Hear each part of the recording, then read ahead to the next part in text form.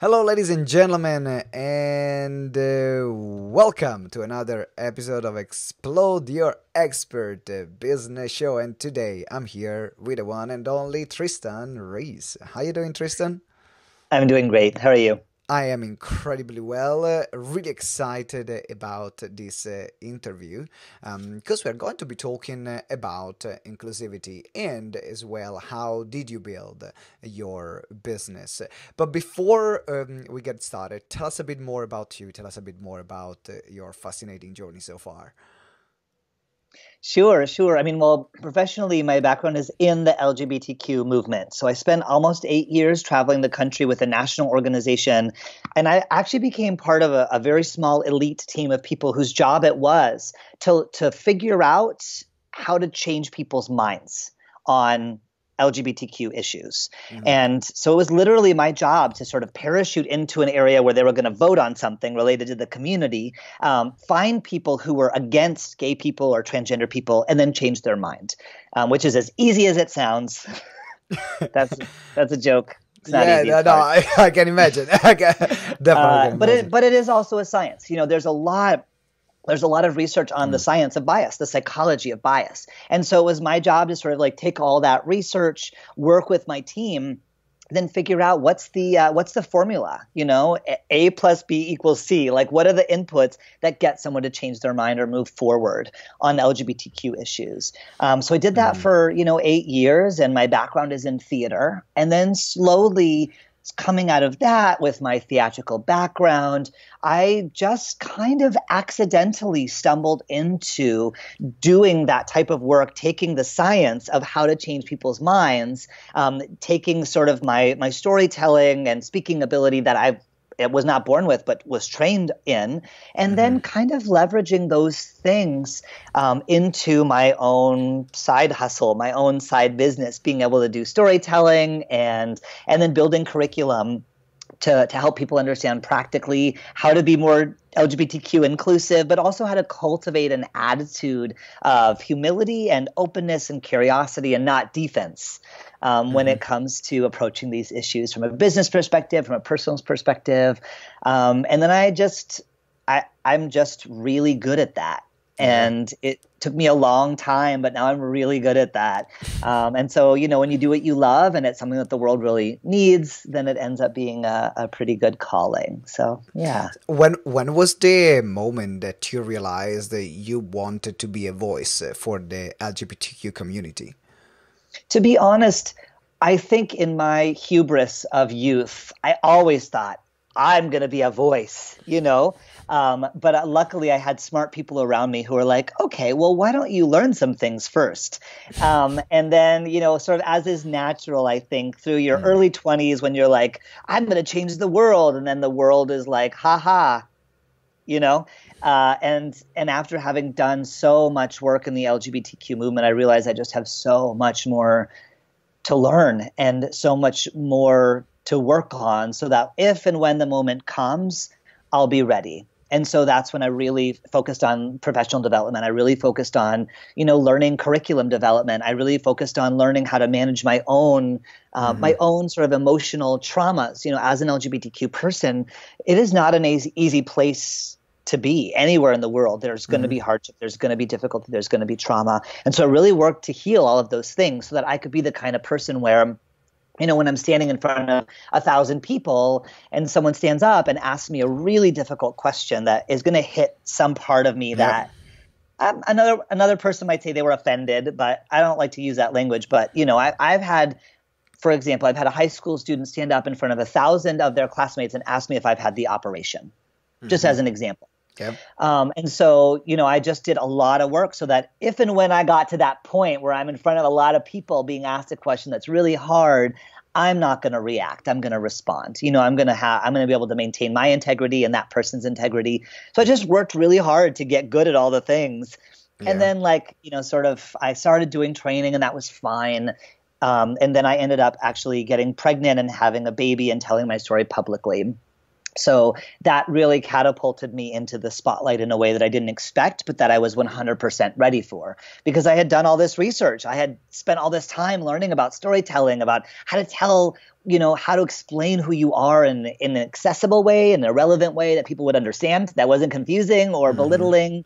And then I've been able to leverage that, sort of small media blip into a sustainable income stream for my family. So tell me a bit more about like your journey at the very beginning, because there are some people from the LGBTQ community that sometimes they might have like an easier journey with the people that are more understanding around them, with the environment that are more understanding, and others that are completely rejecting, really having it hard. How was that for you? Was it really hard for you, or did you have a nurturing environment around you? Yeah, I mean, for me, it's somewhere in between, I guess. It's pretty complicated. My parents, I'm from a Canadian family, so I would say that they're pretty liberal, they're pretty accepting. But I think, when a child throws something at you, like, I'm getting a sex change, basically, I think that even the most accepting family is going to have a struggle with that. And I think, my parents, especially my mom, had a really hard struggle with that. And I think, some extremely hurtful things were said that I have had to spend many years unlearning. And undoing sort of the damage that did to my psyche. And when I started transitioning, I had a lot of people in my life who told me, you're not actually transgender. You'll never look like a man. You'll never sound like a man. No one will ever believe you're a man. You're going to regret this. I mean, all of those kinds of things. And that did a lot of damage as well. And so I think I didn't experience necessarily kicking me out of the house. I didn't experience necessarily bullying in school, because I actually transitioned when I was out of school. But I still know what it is like to be told day in and day out by the world, and also people close to you, that, you're worthless. You'll never amount to anything. No one will ever love you. I mean, I've heard all of those things over and over and over again, in really overt and in subtle ways.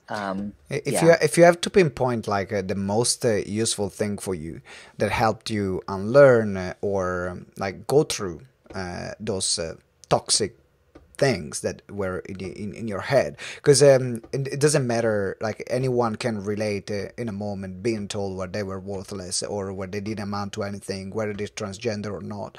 So that can be relevant for any person here that is listening. What was the one thing that was really, really useful for you in that moment? I mean, I don't know if it's one thing, other than, I think putting myself in the situation where I was going to be excellent over and over again. And so, I think saying yes to professional and personal development opportunities, if someone is like, will you be part of this leadership development program because we really need someone who's transgender? I think other people may have been offended by that. I wasn't. I was like, I don't care why I'm there. I want to learn. And I said yes to those kinds of things over and over and over again. And when I worked at a nonprofit and they didn't give me a professional development stipend, I fought for that. I said, okay, if you can't give me a raise, I want $1,200 a year so I can go to a conference, so I can get a mentor, so I can go to this training, so I can go to this workshop, so I can go to this retreat. I think I don't know. I just worked really, really hard over and over and over again to be excellent. Right. And then I think when you reach that point and you are all of a sudden, it feels like standing in front of, 5,000 people and there's 3 balconies watching you and you tell your story. And then there's this moment of silence at the end. And then all of a sudden, everyone is on their feet and they didn't give anyone else a standing ovation, just you. And it's like, oh my God, like the world was wrong. I'm good. Like I'm smart. I'm open. I'm vulnerable. I have a unique story to tell, and I can tell it with both excellence and humility, always wanting to get better. Eventually, that kind of crowds out the other stuff. And then, over time, it's like, oh, those voices, which seem so loud, are now so small. And they've just sort of been woven into that larger fabric of who I am and what I've survived. Yeah. And so I think for me, also just like letting the bigger voices in, letting letting myself appreciate and accept that there are some things that I'm very good at. There are lots of things I'm not good at, and there are lots of things I have to work hard to be good at. But there are some things that after working and clawing and failing, that I'm like, okay, no, I can do this, you know? Yeah. And so I think it makes perfect sense. And so what I'm hearing you saying is actually putting yourself first and your personal development first.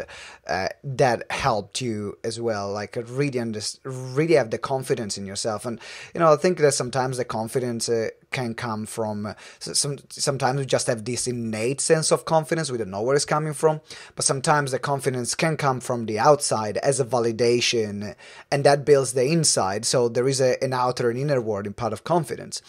And there is a question before we looked at now how you built your business, which is going to be the main part of the interview.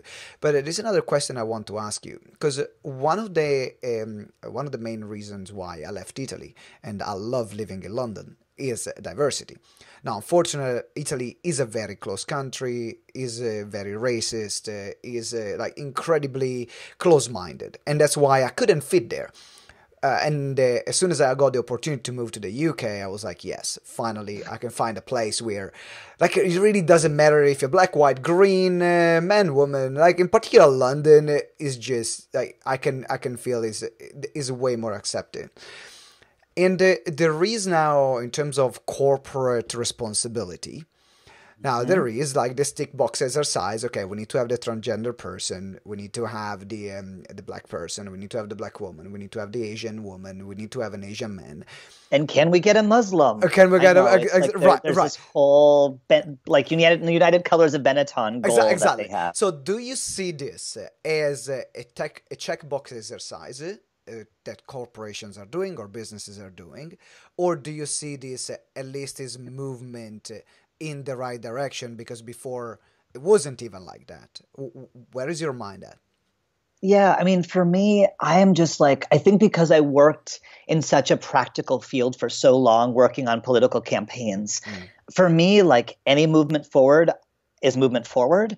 And I'm just very practical. And so honestly, I don't really care how I get to be in a room. If it's because the head, one of the partners of this corporate law firm, wants to put it out on the blog and make them look good. And so they're going to have some trans trainer come in and, do some perfunctory training. I don't care why I'm in the room. I believe that transformational change can happen no matter what. Mm-hmm. And some people are going to show up because they're required, and some people are going to show up because they know and believe it's the right thing to do. And some people are going to show up because they hope that the people in power are going to be shamed. They hope that I'm going to get up there and say, like, you've been doing a bad job, or you've been messing up. They want that vindication, Mm-hmm. And I'm like, I'm here for like all those people. And the way that I construct my training is, it's science. It's the science of bias, of the psychology of bias. Mm-hmm. There are developmental stages that people go through as they let go of how they thought the world was and how it should be, and embrace the way that the world is and should be.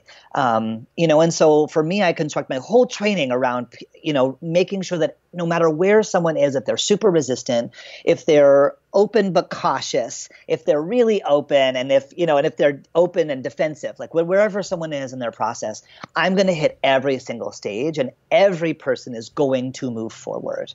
And it may mean that some things go over the heads of people who are in the really beginner stages. It may seem that some parts are boring to people who are in the really advanced stages, but everyone's going to move forward. So for me, like I'm just not one of those people who's interested in examining why the change is happening or where it comes from. Like, I don't care. It's a chance to do good work. It's a chance for someone to move forward. And that's great. Yeah. That's change, and I'm here for that. We're definitely on the same page on this, because I'm like, well, at least we're moving forward. At least the conversation is happening, and then it's gonna take an all new level. The more the conversation is happening, and the more we move forward. But I think that even just the fact that there is a conversation compared to, let's say, like 20 years ago or 15 years ago. These are a huge step forwards. So yeah, now, I will say though, the second part of that is, that damage absolutely can be done. So in fact, this happened recently. I was asked by a big corporate law firm, will you come in and do a trans training for us? I said, sure, but I'm not available when you need me. They're like, no problem, we'll hire someone else. They called me 3 weeks afterwards and they were like, oh, can you come and fix it? Because the person we hired made things worse. So I think like it is absolutely possible if people are doing something because they want to check a box, they're not being intentional about who they're hiring. They're not hiring someone who really has the expertise to lead the conversation well, so that everyone comes out better than they went in. And that's so a very good point. It can absolutely backfire, but it has the chance to move everyone. Yeah, because at the end of the day, it is a sensitive conversation. It is a sensitive topic, and it needs to be handled with people that know how to handle the topic. And people don't know that. They literally think, and this happens too in the LGBTQ community, people think just because I'm a member of the community, and somehow that equips me with the skills I need to help undo centuries of homophobia and transphobia, and to help unearth whatever might be triggered in the room by someone who is transphobic or has a trans kid and is conflicted about it, or is transgender and has trauma around that in the room. Like, that is an advanced skill that took me 15 years to learn. You need to be able to handle these situations. I agree with you. I totally agree with you. So now let's talk about Trystan. Let's talk about a bit more about your business and the way you built your business. Because now in every situation when you're running a business, there is always the self-doubt of, am I going to be good enough? And in particular now in the work that you're doing, then there is I've told to a lot of clients that they said, actually, I don't want to get out there because I'm gay, just because I'm worried about if I'm in a live event, for example, what's going to be the reaction of people in the room? Am I going to be safe? And you know, that makes you, first of all, think about how fucked up things are, but also it is something to address. So how was that for you? We had a brief chat at the beginning of the interview about this. Yeah. I mean, for me, I feel like I can't be different than what I am. Like, I can't pretend not to be transgender. I can't pretend, not to be, the word we would use in most parts of the US is queer. Like, I'm very visibly different in that way. And so for me, I just learned really early on in my life and then in my professional life that I can't, it's much better for me if I just front load those things about me that make me different. And so even if I'm not applying to a job or a role that is specifically about transgender things, I'm going to talk about how being transgender makes me the best person to do this job. Mm-hmm. And, when I think about doing equity and inclusion and diversity work and coaching and consulting, it's like, I will automatically say, like in my proposal, in the first paragraph even, like, this is what's going on for transgender people in the world. This is why it's so critical that your business specifically needs to make sure that you are welcoming them in an intentional way. And the best person to teach you how to do that is someone who's been there, who has a personal experience, who is transgender. And so I put that like right there. I think that serves two purposes. One, it puts me, sort of head and shoulders above the rest because I think that it's going to make them feel better. Let's hire someone who really actually knows because they've been there. But then number two, it's going to show them that I'm not embarrassed about who I am. I'm not someone that they have to tiptoe around, that they have to like worry, like, am I going to do or say the wrong thing? And I think a lot of people, they're worried about that, and rightfully so. Like, we are in a culture of critique. We're in that cancel culture. People are used to like, oh, if I do or say the wrong thing, I'm going to be shamed. I'm going to be belittled. And there's lots of reasons why that happens that I won't get into. But I want them to know that that's not me. Like, I'm proud of who I am. Nothing that they do or say is going to shake my sense of self-confidence and security in who I am. And that's why they should work with me, because I'm going to bring that attitude to every room, to every space. I'm going to be super honest with them. I'm going to hold them accountable to a high standard, and I'm never going to do it in a way that feels bad. When I look at their website and I say, like, here are the 287 instances where you talk about men and women. And here's my suggestion for using more inclusive language. It's never going to feel bad. I'm never going to be like, how dare you do this?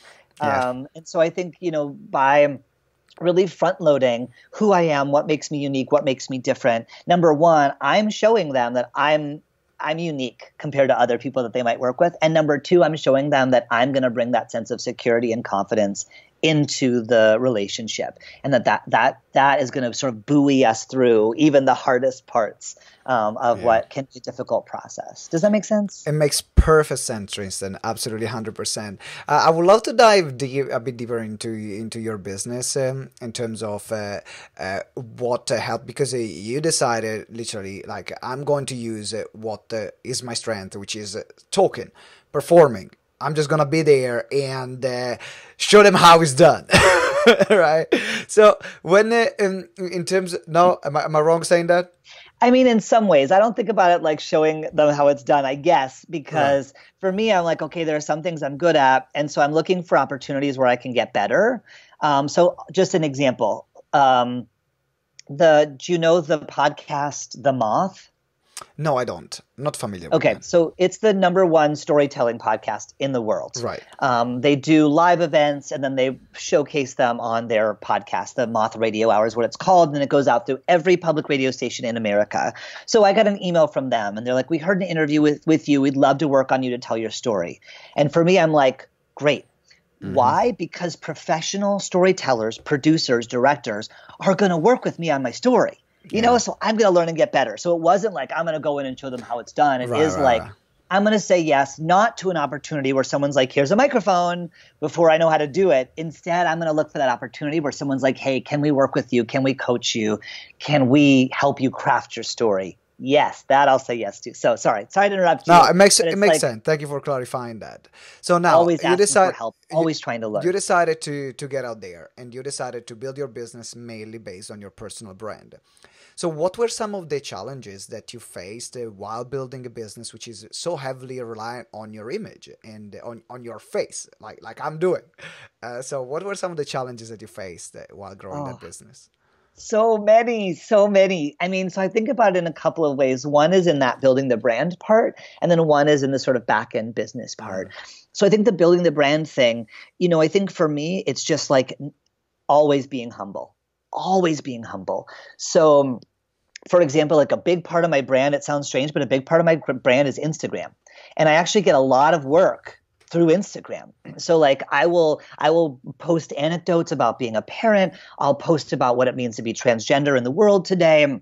I'll tell little stories. I'll do trans education on Instagram. You know, I just have like a funny thing that happened to me and I'll sit with it for a while and I'll think, okay, can I use this to tell a larger story that will be a lesson for people? And in a lot of ways, like that's what I do in my training. And so people will read that and say, oh, this is a newer, different way about thinking about inclusion or trans issues. I want to hire him to come and do this in a more formal way with my business. And so a big part of that is just iteration.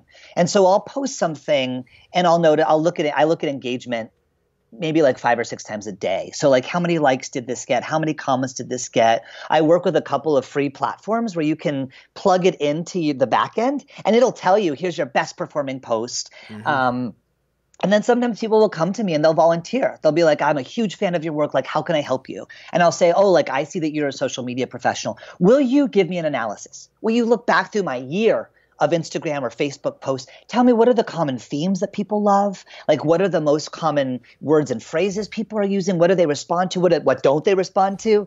And I let people help me. And then I iterate. You know, if I post something and 2 days later, there's not a lot of engagement, I'll archive it. I just get rid of it. Okay, people don't like it. I want everything that they see to be quality. And so if I try something new, it doesn't work, okay, archive it, get rid of it. If I post something and I get even like 3 or 4 critical comments, not people being like, you're dumb, but people saying, yeah, I would encourage you to look at this analysis a different way. Or the way you worded this doesn't work for me and here's why. Like that hurts because, you know, ego, but I do my best to, you know, engage with my ego and think, okay, but are they right?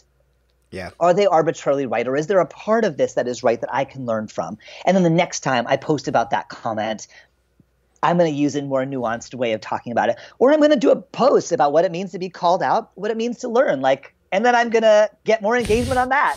You know what I mean? Like it's constant. And I would say the final thing about that for me is like figuring out both what people want to see, but also what serves my brand. So for a while I was posting about like hateful messages that I would get. Like if someone sent me something transphobic, I would post that and be like, you know, look at this. But the more I continued down that path, I just thought, like, that's not who I want to be. That's not what I want my brand to be. So occasionally I'll say, like, here's a really hard thing that I heard this week, but that's going to be woven into a larger story about resilience or pride or power or fighting your demons or something. Like, that's what people want from me. That's who I am. Like, I am a hopeful, optimistic, positive person. I'm not someone who's going to call out a 16-year-old in Germany who sent me a message calling me a monster. Like, that's not who I am. That's not part of my larger message. So really figuring out, who am I? And in some ways, I'm kind of embarrassed about that. Like, I want to be more hardcore, you know, like I want to be more hard hitting and like righteous. That's not who I am. Like, I'm a super positive person who can take really, really hard things and frame them through a lens of lightness and beauty and hope and power. And that's just me. Yeah, no, thank you for sharing. In fact, what I wanted to ask you is, when you are out on social media, one of the biggest things that people don't want to build a brand or put their face out there because they're afraid of what people are going to say about them. Now, let's get alone on organic content, but let's start using Facebook ads. I mean, we do a lot of stuff on Facebook ads. The things that are not said and that are said is don't you have better things to do with your life, really? It's just that these are the things that come in my mind. So what I wanted to ask you is, before you started using that and showing that person, so showing that post and interacting with it, but do you address it with a comment, or do you let it go? Do you delete it? Everyone has different strategies in terms of like pure social media management. What did you find that works for you? I mean, honestly, what's really, really works in my favor is how much experience I have with issues of bias. It's the same thing. It's understanding the science. So when I look at a comment or a message, it's easy for me because I have the skill. Where is this person on that scale? Right. And so if someone is just like in a really defensive, rooted in homophobia, transphobia place, delete that person, block that person. There is nothing I can do to reach them. There is no good that they're going to do. And occasionally, like if I'm doing a live storytelling event or a post or whatever, I can bring those stories up, mostly to tell people who are not transgender, hey, by the way, this is what my life is. By the way, this is what people think of us. I use it as a tool, as a teaching technique. In a way, that's also really psychically satisfying, because in a way, it's like you're taking the stones that people are throwing at you and you're building an empire. Like, that is quite literally thank you. what I'm doing. Thank you. Yep, thank you. Thank you. Thank you. Thank you. This is gonna shock some well-meaning liberal person in London. I'm gonna be able to take this comment that some lady told me that she hoped that I gave birth to a dead baby. Like, what a horrible thing to say to someone. I'm gonna take that. I'm gonna tell that in a story live on stage in London, and 50 people in the audience are going to hire me to come and tell that story at their conference. I mean, what bigger FU is that? I bet from that lady's comment, I bet I made $100,000 on that lady's comment. It was a horrific thing for her to say. Yeah. And from that, that is a truly shocking thing to people who are not transphobic to hear. That's going to change someone. That's going to inspire them to take action. Oh my God, who would say that? I would never say. Would my boss say that? Would my grandma say that? I have some work to do. That has motivated hundreds of thousands of people to live their lives in a different way, to stand in solidarity with trans people. It has made me a lot of money, and it has inspired people to make a difference. So with those comments, I take what I can use and then I just delete and block. But I think there's that whole middle that I think a lot of people, especially LGBTQ people who've experienced trauma and have not had access to healing, they see a perfectly reasonable, open, curious question worded awkwardly. That's going to feel like an attack to them because they've experienced harm in their lives and they haven't healed from it. So if someone says, well, what's a gender neutral pronoun anyway? Right? I have this ability because I have that skill to explain it. Yeah. But to first see, that's not a malicious question. That's a person who wants to learn and grow and know more. And maybe they ask it in a weird way. Maybe it's awkward, uncomfortable. And so usually I don't answer those questions because that's not my job to answer every curious question that someone has, but I leave it up there. 9 times out of 10, the people, like my other followers, will weigh in. They'll say, actually a non-binary person is this, and actually a gender neutral pronoun is this. And it's not that hard once you get to, once you start practicing. And that gives you ideas also for other content, because actually there can be genuine questions. And I say, okay, so I had someone commenting on this post, and this is my my take on it. Yep, those are ideas for content for me. And so like it's that constant machine of doing it. It's also self-awareness. It's also for me, and it's taken me now years, but when I start to see things and I start to feel, the anxiety in my body, then I'm just like, okay, I have to stop. Like I have to put this away. This isn't healthy for me to go down this road. And that's, it's a trap. There's something that's just like really disgustingly satisfying about going down that Reddit thread, about going on 4chan, about reading what, the white supremacists, like neo-Nazi movements came after me a lot when I was pregnant. And that, there is something that's like, I wonder what people have to say about me. And then you're like, oh my God, look at what people are saying about me. You have to have the awareness to do what you can to assert power and then disengage and find other ways to deal with that. Like I use an online tool called Respondology, and it is a 24/7. It uses artificial intelligence to look for trolls and filter them out on all of my social media channels. That's called the Respondology. Respondology, yeah. It plugs into the API of Facebook, Instagram, Twitter, YouTube, and it searches for the words and phrases you tell it your trolls are going to use, and then it just filters all those people out. It just plugs right in and it filters them out. And then once a week I can go through and look for any mistakes and then tell it to just block anyone who is truly hateful. That's so cool. That's super useful. Super useful. Yeah, tech for good. I shouldn't have to do that. I really shouldn't have to do that, and we can no longer count on those corporations, Facebook, Instagram, etc. We can't count on them to keep us safe. And so using something like that is really helpful, I think. I have one more question before we wrap up the interview. Now, there are your business is to raise awareness about the LGBTQ community and how to deal with people in the workspace, in businesses, and so on. So your story naturally relates to the work that you're doing. Now, there are some people that want to start a business that is not necessarily, maybe they're just doing normal business consulting or which is not related to their background. So what piece of advice would you give them if they are in the, shall I use my story because it's relevant, it's not relevant? What's your take on that? What piece of advice would you give them? I mean, I would still look for what in your story is relevant to this situation. And so I think about it a little bit like, okay, I actually have done a lot of work in the anti-racism space with other white people. And so am I impacted by racism as a person of color is? No. But what I do have is, number one, I have been trained in how to do anti-racism work. But the other thing I have is I have an experience of otherness. I am an LGBTQ person. I'm transgender and I'm gay. And so when I talk about, why someone should hire me in partnership with a person of color to do anti-racism work is because I have enough of an experience with otherness that I'm going to be able to work with white people to help them understand where is their otherness, how does that bump up against racism and white supremacy and internalized dominance and all those things. And so I think no matter what it is, whether it's, if you do website design, are you someone who is colorblind? You see the world in a unique and special way, and you're going to help someone also create a website that is completely unique, that is completely outside the box. Like whatever the thing happens to be, like what's your magic? And how are you able to use it? Did you drop out of college?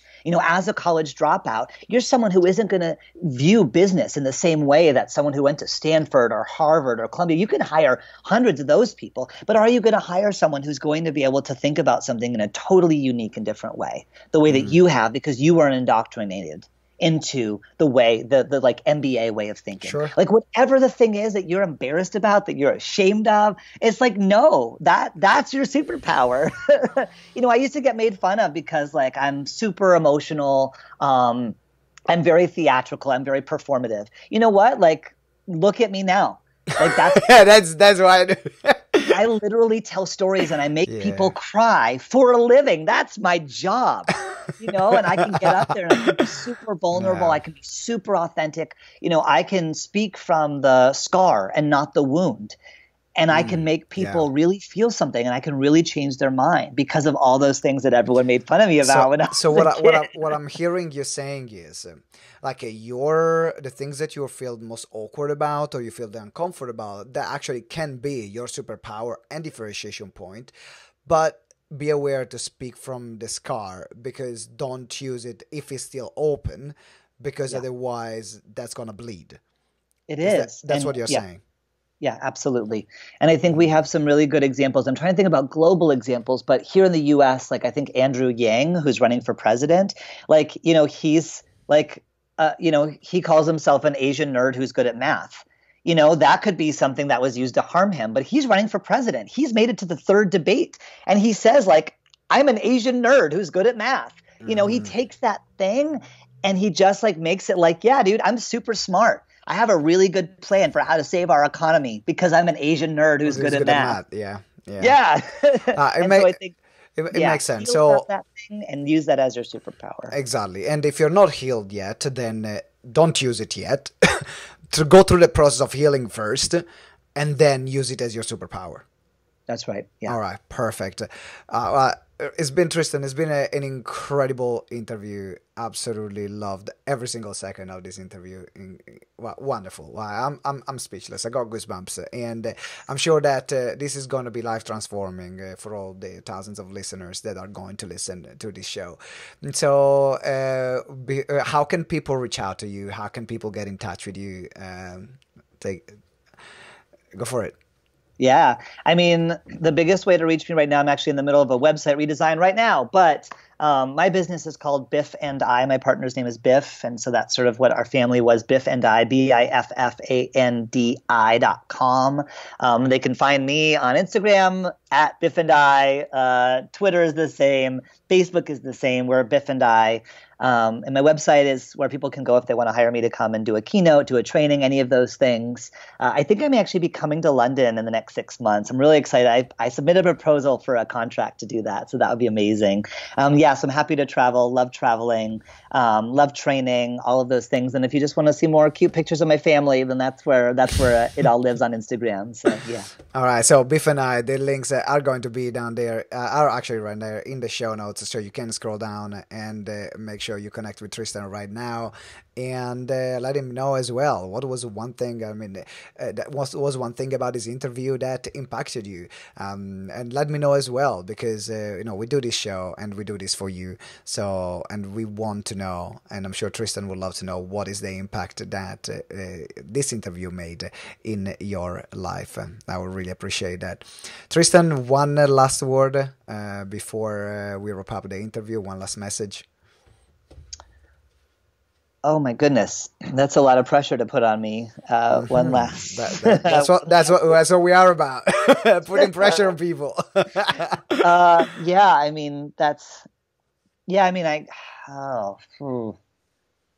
man, I'm just not someone who is very succinct, am I?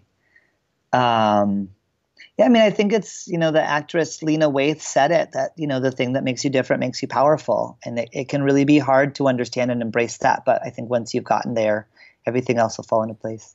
All right. Thank you very much. Trystan Reese, everyone. Make sure you follow him and contact him. Thank you very much, Trystan. It's been an absolute pleasure having you on Explode Your Expert Business Show. Thanks for having me.